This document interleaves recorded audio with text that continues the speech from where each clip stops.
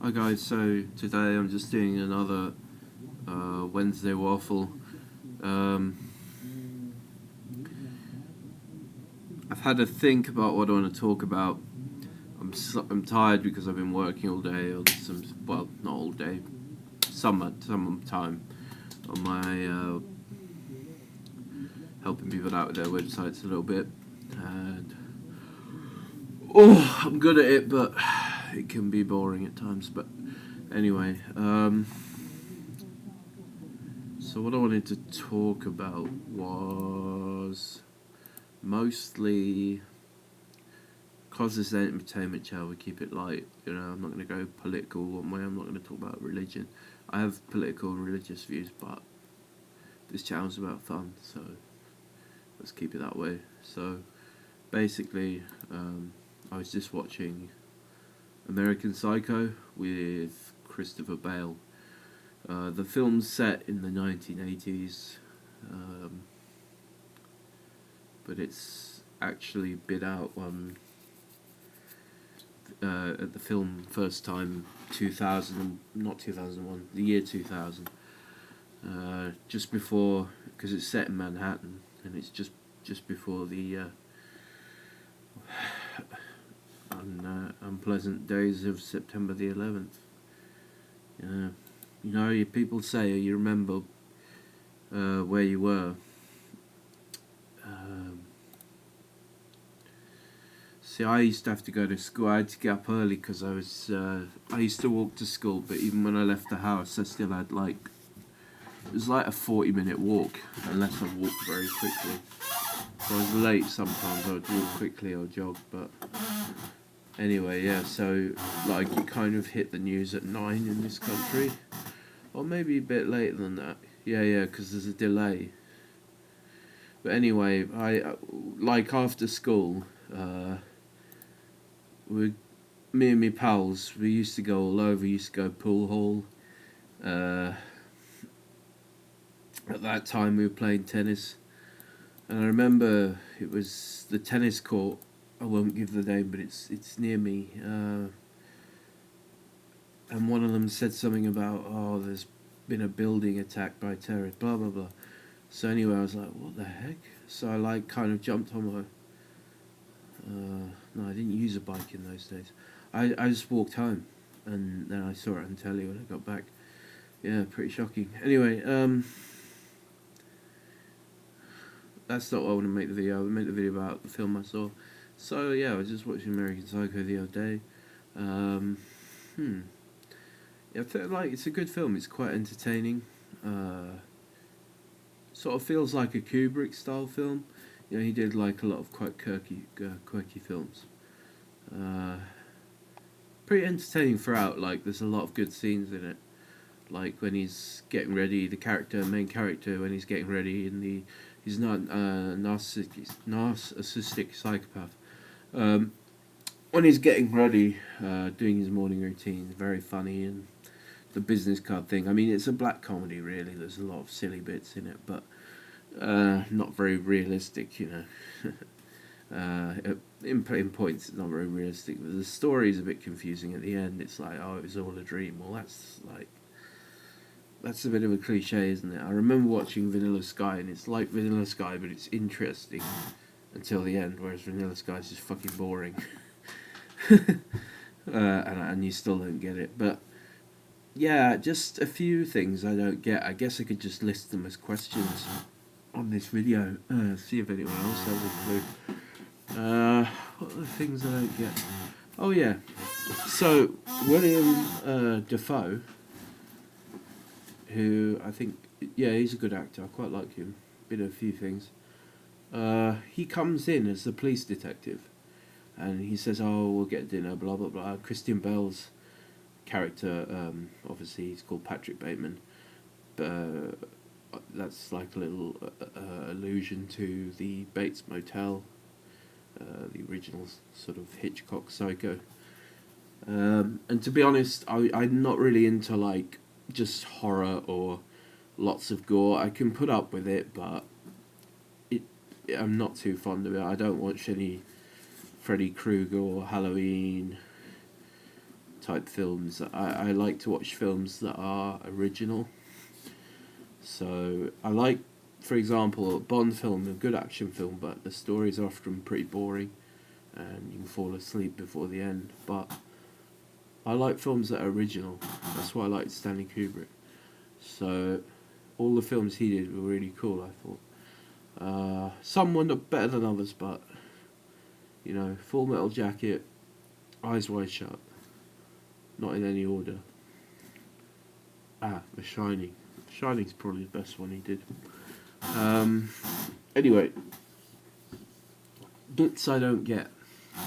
So the lawyer comes in, played by Defoe, and obviously he's very genial, you know, how you doing, friendly, kind of, I guess, trying to make the lawyer, trying to stay cool and like have this attitude that he wants to help the investigation. But you can see by the big evil grin that Defoe does, he seems to have picked up on the fact that the guy's lying, because he's not as clever as he thinks he is. In fact, the character's a bit, not particularly bright. He's, I don't know if anyone like that really exists in real life, I hope not. But, toward the end of the film, of course, he sort of has this, spoiler warning, don't, if you want to watch it, if you haven't seen it, don't watch. Towards the end of the film, this detective guy, he gives up. No, he doesn't give up. You don't see him. He sort of has one more dinner with him near the end, and then he gets all stressed and confesses to the murders to his lawyer on the phone, and says, "Oh, I'll meet you." Blah blah blah. And they meet, and he says, "Look, I've done it. I did it. I did this, and he meticulously lists everything he'd done, every crime he commit. If you don't know, yeah, he's pretty much like a fictional version of Ted Bundy in Manhattan. Yuppie culture, but you know, like I said, it's got a bit of a comedic element to it when they're all getting out their business cards, and he doesn't like the guy who's got a better business card than him, and he's trying to get reservations at the, I believe, the Dorsier Hotel, and he can't quite manage to get in there, and that Paul Brown, why, he's in the know. What a dickhead. And yeah, so I think the director kind of was putting on all the music that he hated, because he slates a lot of 80s music. He's like, oh, you've actually got a Whitney Houston CD, blah, blah, blah. That's fine, apart from Phil Collins. I actually quite like Phil Collins. He's also seen as some dork in the film. Now,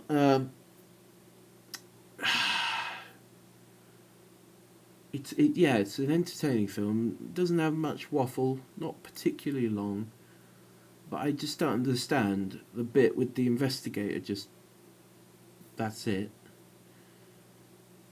And the investigator seems to know that he's the one who did it, because, as I said, the guy, psycho guy, Bale's character, he's a bit not quite as smart as he thinks he is, and he gives things away. His alibi doesn't match, blah blah blah, and you think, right, well, this guy's not stupid, he can tell that he's done it. This is how most police in real life are. The person who's done it usually they have it, I guess it's a good thing, because we don't want murderers to get away with it, but like in the Chris Watts case, he was like very jumpy and like, ooh, and like, oh, have I got on top of it, have I ticked all the boxes? And it's difficult, even for someone that's quite cold, to kind of mask that nerves. It just happens, you know. If we were robots, we could maybe get away with more activity than not, but I think the investigator kind of knows, but in the end, whatever had happened, like, either it was kind of all a dream, Paul Brown's still alive, and he just dreamt it or something, and now he remembers, but I just didn't really get it. There are a lot of things in there that were like, interesting but I didn't get. Like, for instance, there's 2 club scenes in that film, and both of them are in like big gay clubs. Nothing. I'm not saying anything about gay or whatever, but the characters are not gay. They're like these young yuppies. There's one of them who turns out to be gay in the story, but the Bale obviously hates this guy because he's a bit of a dork, this guy. Anyway, so they go into gay clubs and they're dancing in gay clubs, but there's a lot of women there, probably straight women. Maybe that's just how it was in the 80s. They had a lot of gay clubs and people would kind of straight and gay would mix. I don't know because I wasn't in that scene, but you know. But